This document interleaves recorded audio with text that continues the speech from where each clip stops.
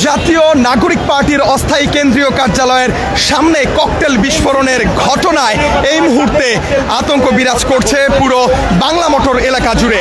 এবং আপনারা জানেন, যেমনটি এর আগে আপনাদেরকে জানিয়েছি, জাতীয় নাগরিক পার্টির কেন্দ্রীয় কার্যালয়ের সামনে প্রথমে একটি ককটেল বিস্ফোরণ করা হয় এবং সেই ককটেলটি বিস্ফোরণের পর কিছুক্ষণ পরে আরও একটি ককটেল নিক্ষেপ করা হয়। তবে সেই ককটেলটি অবিস্ফোরিত অবস্থায় রয়ে গেছে, সেটি আপনারা দেখতে পাচ্ছেন।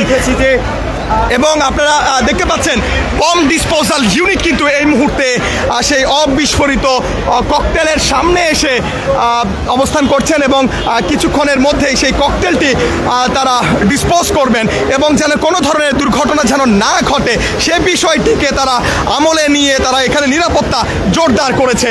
এবং আপনাদেরকে জানিয়ে রাখি, রাত 11টা নাগাদ জাতীয় নাগরিক পার্টির অস্থায়ী কেন্দ্রীয় কার্যালয়ের সামনে এনসিপি নেত্রী তাসনিম জারা মনোনয়নপত্র সংগ্রহ করার খবরে গণমাধ্যম কর্মীরা যখন জাতীয় নাগরিক পার্টির অস্থায়ী কেন্দ্রীয় কার্যালয়ের সামনে অবস্থান করছিল, ঠিক সেই সময়টাতে হঠাৎ করে বিকট শব্দে বিস্ফোরিত হয় একটি ককটেল এবং সাদা ধোঁয়ায় আচ্ছন্ন হয়ে যায় বাংলা মোটর মোড়। এবং পরবর্তীতে যখন নেতাকর্মীরা ককটেল বিস্ফোরণকারী সেই যানবাহনের পিছু নেয়, ঠিক সেই সময়ে আরও একটি ককটেল তারা নিক্ষেপ করে। তবে সেই ককটেলটি অবিস্ফোরিত অবস্থায় ন্যাশনাল ব্যাংকের প্রধান কার্যালয়ের সামনে পড়ে আছে, সেটি আপনারা এই মুহূর্তে দেখতে পাচ্ছেন। এবং সেই ককটেলটিকে ঘিরে রয়েছে পুলিশের সদস্যরা এবং আমরা দেখতে পাচ্ছি ইতিমধ্যে ঘটনাস্থলে বম ডিসপোজাল ইউনিট এখানে উপস্থিত হয়েছেন।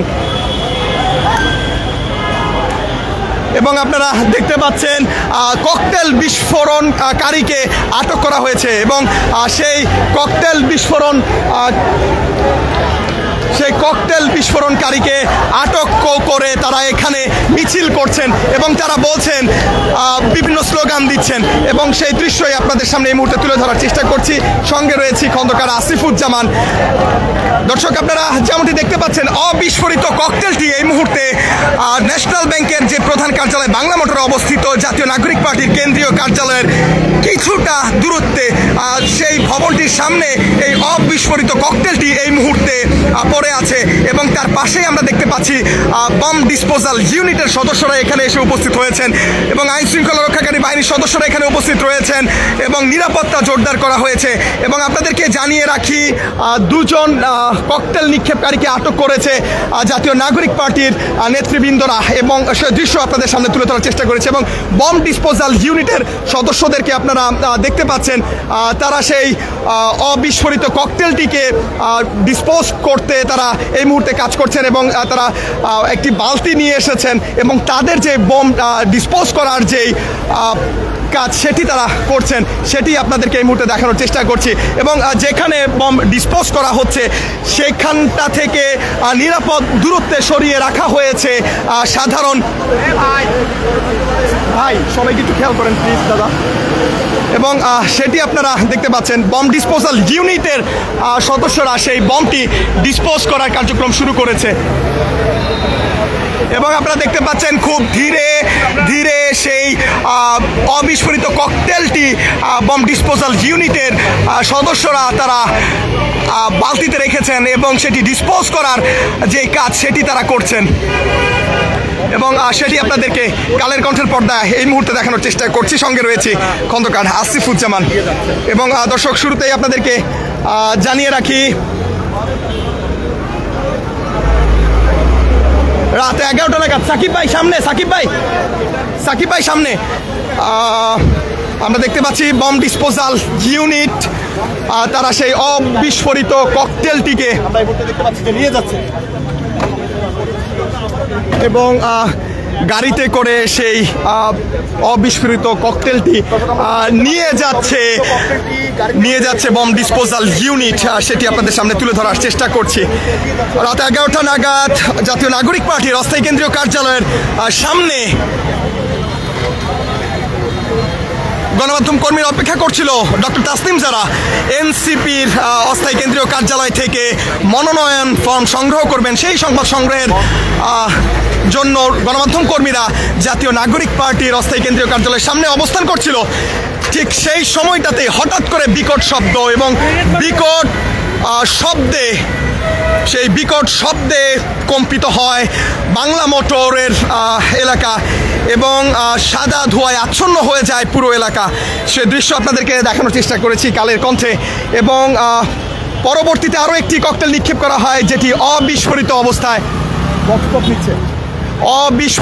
অবস্থায় রয়ে যায়। এবং সেই ককটেলটি কিছুক্ষণ আগে, 30 সেকেন্ডেরও কম সময় আগে আমরা দেখেছি পুলিশের special unit, bomb disposal unit, তারা এখানে এসেছিল এবং সেই অবিস্ফোরিত ককটেলটি তারা নিরাপদে সরিয়ে নিয়ে গেছে। এবং আপনাদেরকে জানিয়ে রাখি, রাত 11টা নাগাদ ডক্টর তাসনিম যারা, এনসিপি নেত্রী, তার দলের পক্ষ থেকে মনোনয়ন ফর্ম সংগ্রহ করতে এনসিপি কার্যালয়ে আসার কথা এবং সেই সংবাদ সংগ্রহের জন্য গণমাধ্যম কর্মীরা আমরা অপেক্ষা করছিলাম এনসিপি কার্যালয়ের ঠিক সামনে। হঠাৎ করে বিকট শব্দ, সাদা ধোঁয়ায় আচ্ছন্ন হয়ে যায় পুরো বাংলা মোটর মোড় এবং আমরা দেখতে পাই সেই ককটেলের ধোঁয়া উঠছে। এবং পরবর্তীতে যখন এনসিপি নেতাকর্মীরা ধাওয়া করে এবং তাদেরকে ধাওয়া করে যখন সামনের দিকে এগিয়ে যায়, ঠিক সেই সময়টাতে আরও একটি ককটেল নিক্ষেপ করে ককটেল বিস্ফোরণকারী যারা এখানে এসেছিল তারা।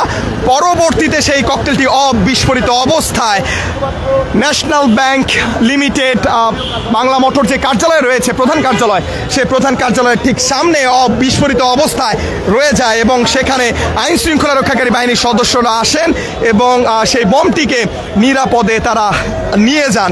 এবং এখনো পর্যন্ত জাতীয় নাগরিক পার্টির নেতাকর্মীরা অবস্থান করছে কেন্দ্রীয় অস্থায়ী কার্যালয়ের সামনে। আইন শৃঙ্খলা রক্ষাকারী বাহিনীর সতর্ক অবস্থান, র্যাপিড অ্যাকশন ব্যাটালিয়ন, গোয়েন্দা সংস্থার সদস্যরা, পাশাপাশি অন্যান্যরাও এখানে অবস্থান করছে। গণমাধ্যম কর্মীরা সংবাদ সংগ্রহ করছে। জাতীয় নাগরিক পার্টির নেতৃবৃন্দরা তারা স্লোগান দিয়েছে এবং যাকে আটক করা হয়েছে তাকে নিয়ে ককটেল বিস্ফোরণের স্থান প্রদক্ষিণ করেছে এবং শেষ পর্যন্ত শাহবাগ থানার রমনা থানার কাছে তারা সেই বিস্ফোরণকারীকে হ্যান্ডওভার করেছে, আমরা সেটি দেখতে পেয়েছি।